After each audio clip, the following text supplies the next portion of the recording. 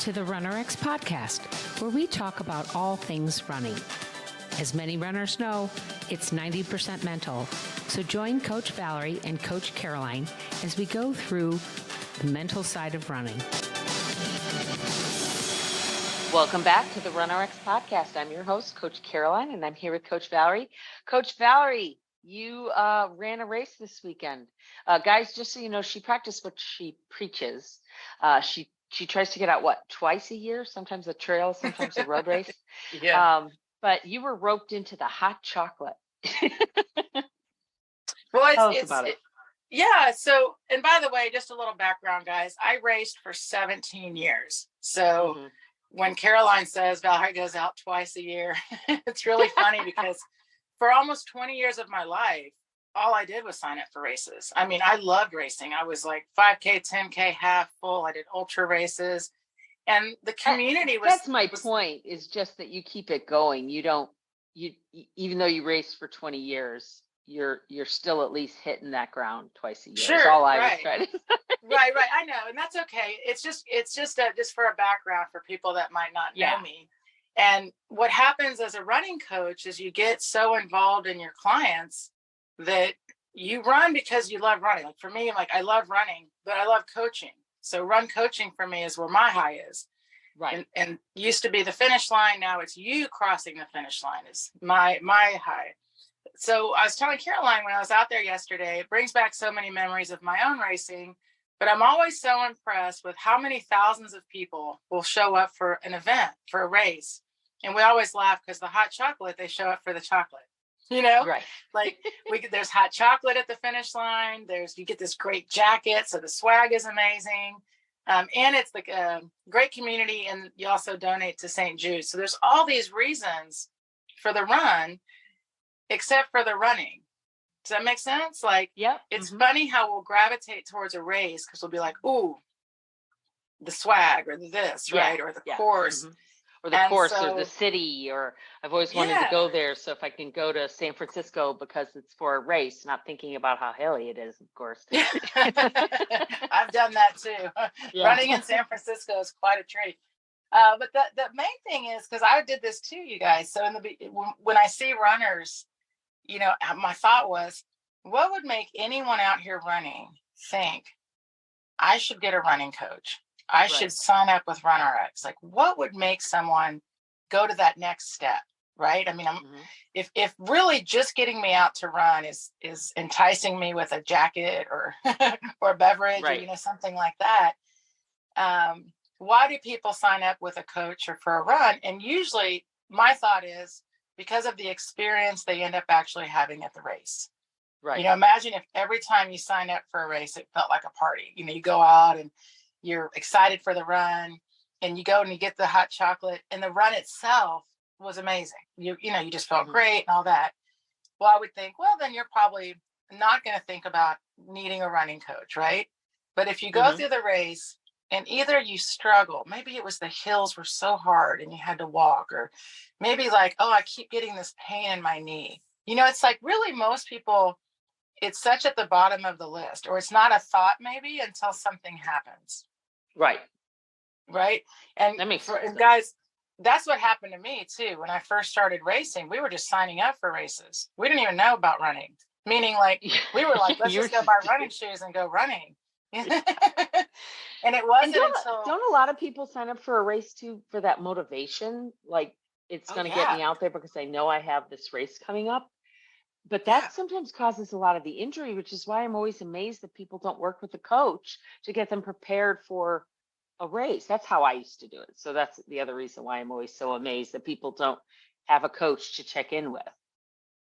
Right. And to think about it, though, is that to be fair, or to go the other way, I was the same thing. I'm always thinking, like when I first started, I've always been a coach. So I never would think for people not to have a coach. It's the only people that hang out with me are my clients. However, most people do what? They train with a running group, right? Right. So I'm going to sign up for this race and I'm going to train for it. I'm either going to download a train off the website. You can get so many running plans out there and they all say, just run. Let's get out there and run and be excited about it and, track your data.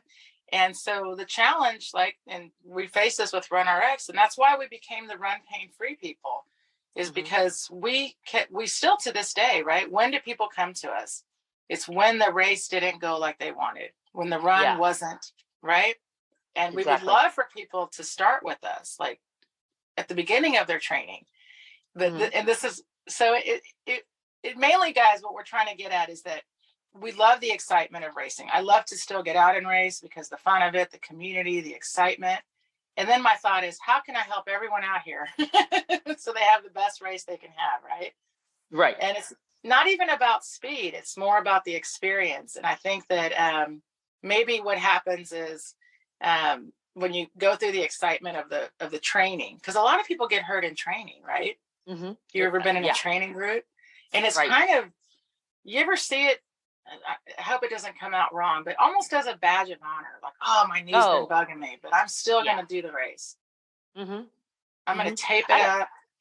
I think we've all been there. We've all been there because that feeling, like you were saying, as you're running, you know, it was a great day yesterday to run this race. And so it was very easy to be looking at other people and kind of have a great mindset. I have, and you have too, we've run that, you know, freezing rain, crappy day where you're out there and you're trudging through, you know, just horrible rain or horrible cold. And you're thinking to yourself, why am I doing this?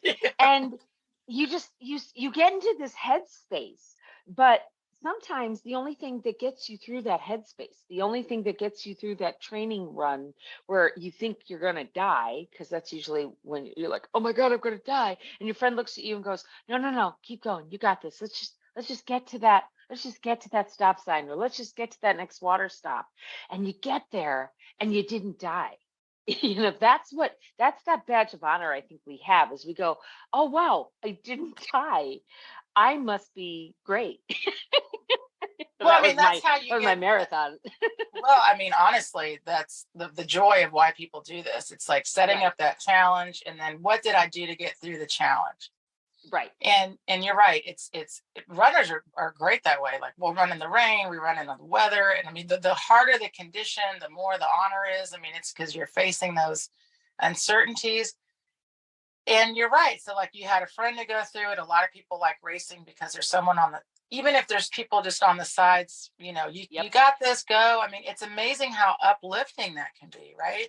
I mean, all of that is that's the fun, is you're out there and you're doing that. And my thought is, I would really like, it's okay to have struggles. That's totally normal. And that's how you realize, you know, what makes you you. That's the fun of, I always tell people, if you want to run marathons, great. Just, you're really going to get to know yourself.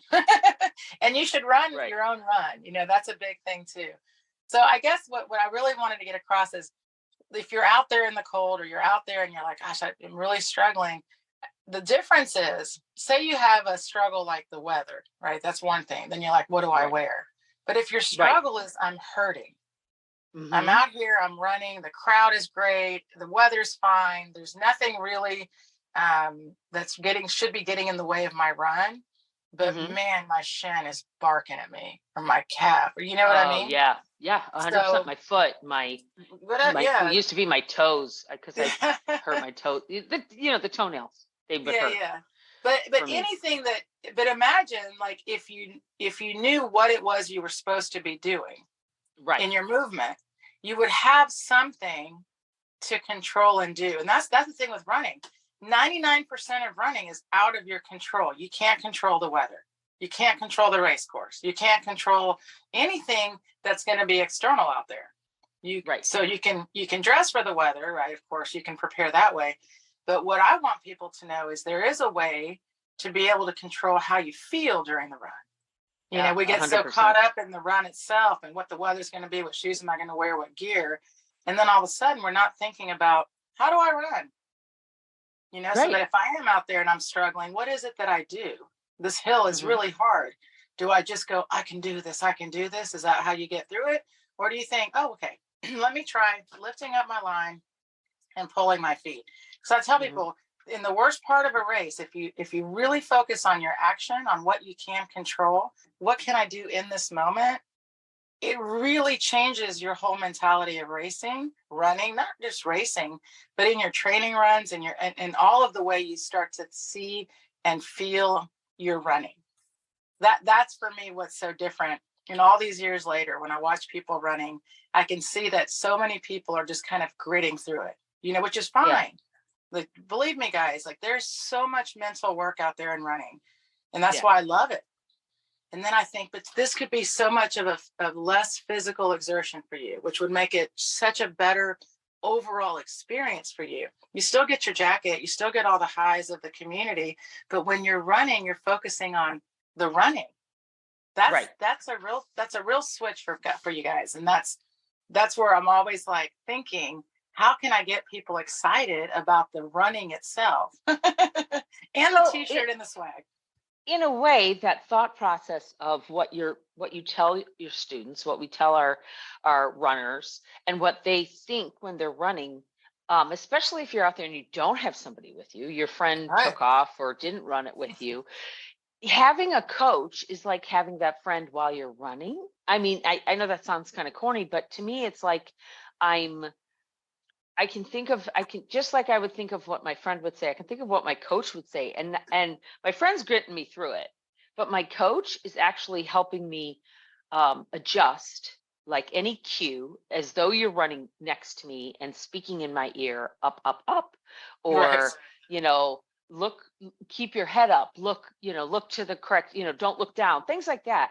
The cues that a running coach gives you is what actually helps you not just grit through it, but do it properly, so you hopefully don't get injured or don't get worse injured if you're already in some pain.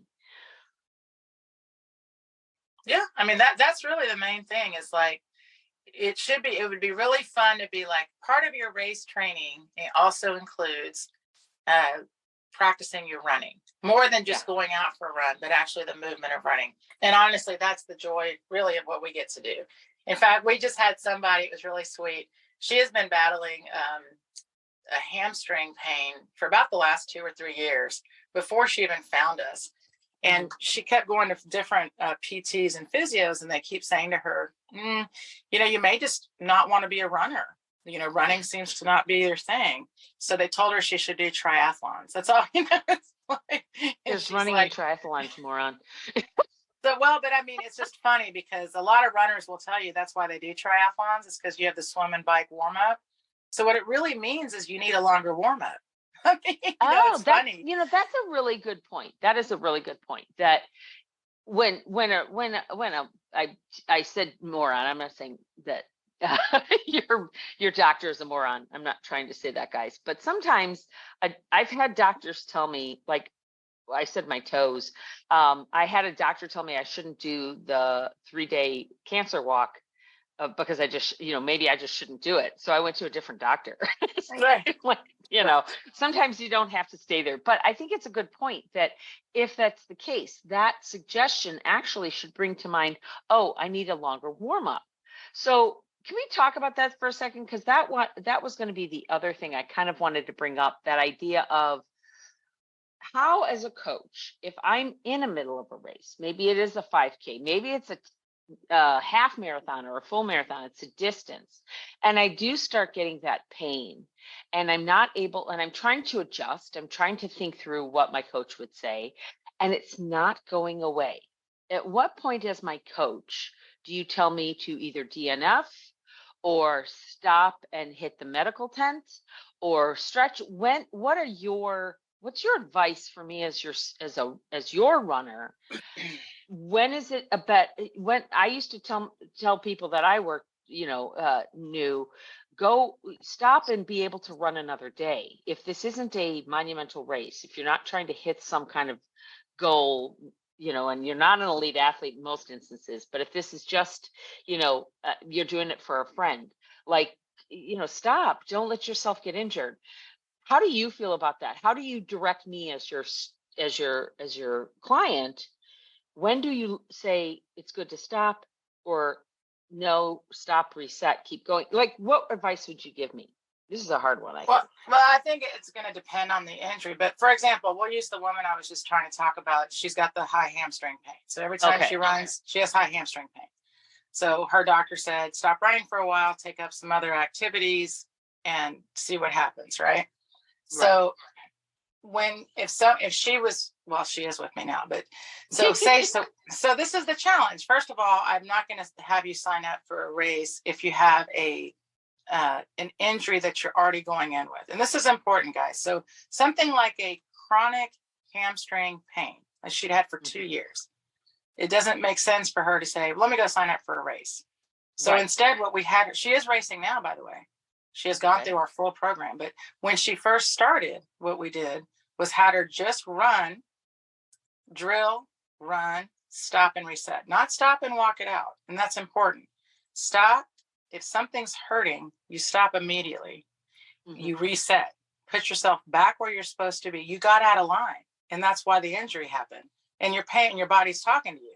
So what we did with her is we did that stop reset until she had to stop less. She had to reset less. And now she's back to running 5 and 10Ks without the pain.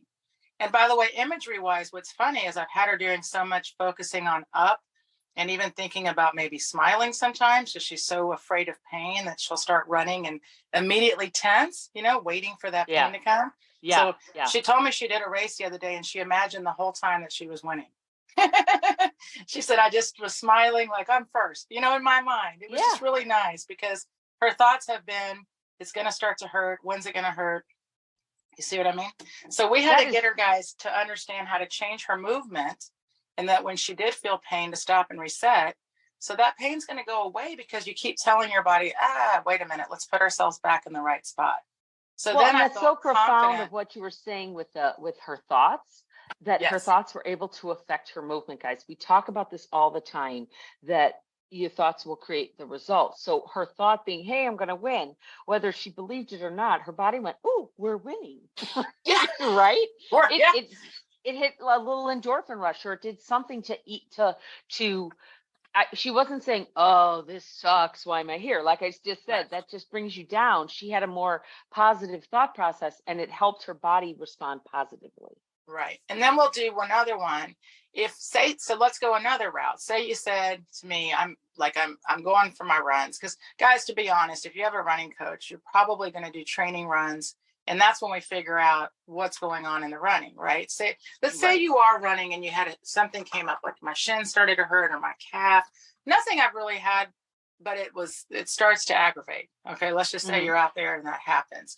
Well, my first thing is going to be try to adjust. And again, you've already been working with me, so that makes sense. Like trying to do one leg pulls or some kind of drill. Then you're like, that's not working.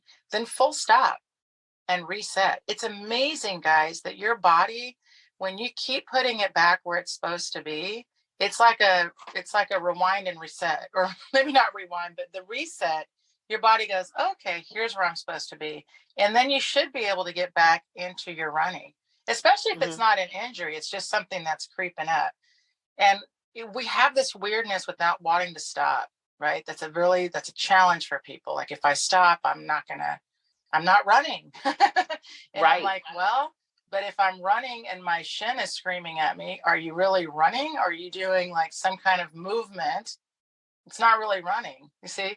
So that's my thing. It's like most of our runners, by the time they're in the race situation, they've got it, where they can do that. But guys, think about it. It's every time you start to hurt, you think, I'm just going to stop and walk. Then you're just changing the whole other movement. So we want to do two things. One is give you ways to adjust your movement. So while you're running, if something does start to bother you, you have a way to get out of it. And then part two, of course, is working on that correct movement so that doesn't happen. So while you're in the middle of a race, why would I DNF? Would I ever DNF? Yes. If you are feeling a pain that you cannot get out of, and you think, if I keep going, this is going to cause a 6-week injury, like a stress fracture, not worth it. Right? Yeah. But if you're running and you're like, I'm just getting this little twinge in my calf or my hip, and I stop and I stretch it and I can get out of it, then okay, this is a pattern issue. It's not an injury. And then you can just keep resetting to get back into it. So let's talk about that real quick. This fear from a coaching perspective, this fear that I can't stop. I know from a mental coach perspective, we have this idea that somehow if we stop, that we haven't run the full race, right? Oh, I ran a half, but I stopped at all the water stops, right? We discount. We have this tendency to discount. Like it's not like you literally stopped. You literally had to do the steps across. So you just weren't propelling yourself forward. You were doing a slower movement, but you were still moving through that water stop. So like well, the number of steps. I think the bigger thing, and I think that's why people walk, by the way, and I always say to people, you're actually better off stand there for a second, drink your water, get your mind back, and then start going, unless you really train to drink and run, which is another whole skill. You see what I mean? Right. Or other people, guys, by the way, they can't wait for the water stop. Yeah. Right. But you're right. It's a weird thing when people are like, the whole stop thing scares people. People don't mind stopping and walking, but this thought of actually full stop, you're right. It's a very different thought. And what's interesting is we're seeing more and more of this. And you guys, when we say stop, we're talking longer runs. I mean, it's not like we want you to be able to run the whole race. That would be ideal. But we're letting you know that if you do have to stop and reset, nothing's going to happen. Your body will actually appreciate that. And if you ever watch ultra races where the people are running like not just even the 100 miles, there's up to 200-mile races. And when these people run these 100 miles, 200 miles, they stop all the time. They'll stop for 5 minutes, 15 minutes. One woman stop and take a nap. Yeah, she just broke the world record, and she stopped and took a 15-minute nap. And by the way, all of her training runs are 2 hours or less. She never runs longer than that. So I keep telling people, it's not the length of your run, it's understanding how you move in your run. And then you have less fear, one, of distance, and less fear of what's going to happen if I do stop. Right. Absolutely. So any other thoughts that you had while you were running the race that you could impart to somebody, especially 5Ks? I used to joke, like you were saying, the parking or whatever. I just never ran a 5K because it took me longer usually to get to the race and park than it was to actually run the race. And I found that the swag wasn't good enough for me to do that. I usually did 10Ks or more because at least I was out there for an hour, right? It was like worth my time. See, everyone has these. Well, but no, it's you. Like that's the fun of running. Like you pick your races, you pick your events. There was a guy out there yesterday telling me he was going to run. They had a 5K and then they had a 15K. So he said, I'm going to run the 5K and then do the 15K. And I thought, okay, good for you. I mean, I don't know why, but great. And I go, that's what I was thinking. Why? You get 2 jackets. So I'm just saying, what we love is that's the fun of racing. You can pick your races, you can pick your events. Whatever the event is, like whatever distance that you're going to run, prepare for it. Because that's the other problem. People think, oh, it's just a 5K. Right. It's not just a 5K. It's a 5K. It's 3.1 miles of running. And there was a lot of people out there with a lot of effort. So that's again, goes back to yourself. Like, I feel like if I'm going to sign up for a race, I'm going to train for it. I'm going to feel good when I get out there and just try to have the best, because it is fun. And I get you. I did that for a long time. 5Ks. I'd be like, it needs to be where my drive time is less than my run time. Right. Yeah. But I think that's the point. I think even as a mindset coach, I sometimes have to correct myself. And as my running coach and my movement coach, you help me with that too, is that it's so easy to discount like it's just a 5K. Or it's just a half.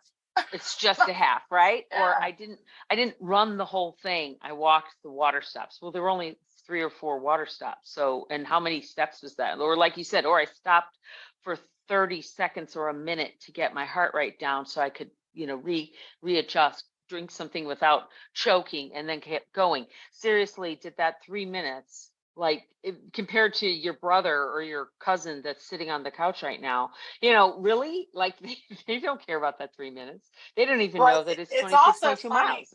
Right. And we're just hard on ourselves, guys. Let's all be real. As runners, we're generally more type A people. And a lot of times we'll be like, we just want to get out there and run. But then once you get out there and run, you're like, I want to see what I can do. That's the best part of it. So we just really want to focus on be prepared for doing this, whatever distance it is. So as we get into, I always think of the hot chocolate as your, it's almost the starting of the spring running season, right? Because it's in February. So as you guys start your running season, we hope you will continue to listen to us, subscribe to our podcast if you haven't already. If you want to share this with a friend, we are looking at our dates for the next virtual clinic, which allows you to work with Valerie and myself for a week virtually. You don't have to physically come here, but if you want to physically come here, we do have our clinic that is open June 24th and 25th. It's 2 days. You come here to Dallas. Basically, we're just outside of Dallas. Fly here to Dallas. You get to work with Valerie. And then we have a secondary track workout the next day. We would love to see you here and to work with us live and in person. So if you're interested, go to runrx.fit. That's runrx.fit. If you're on your mobile phone, you'll see those 3 little lines. Looks like a little hamburger. Open that up and you'll see the clinics right there. And you can go to that tab and sign up because we would love to have you. And we will talk to you next week. Thank you for joining us on the RunRx podcast.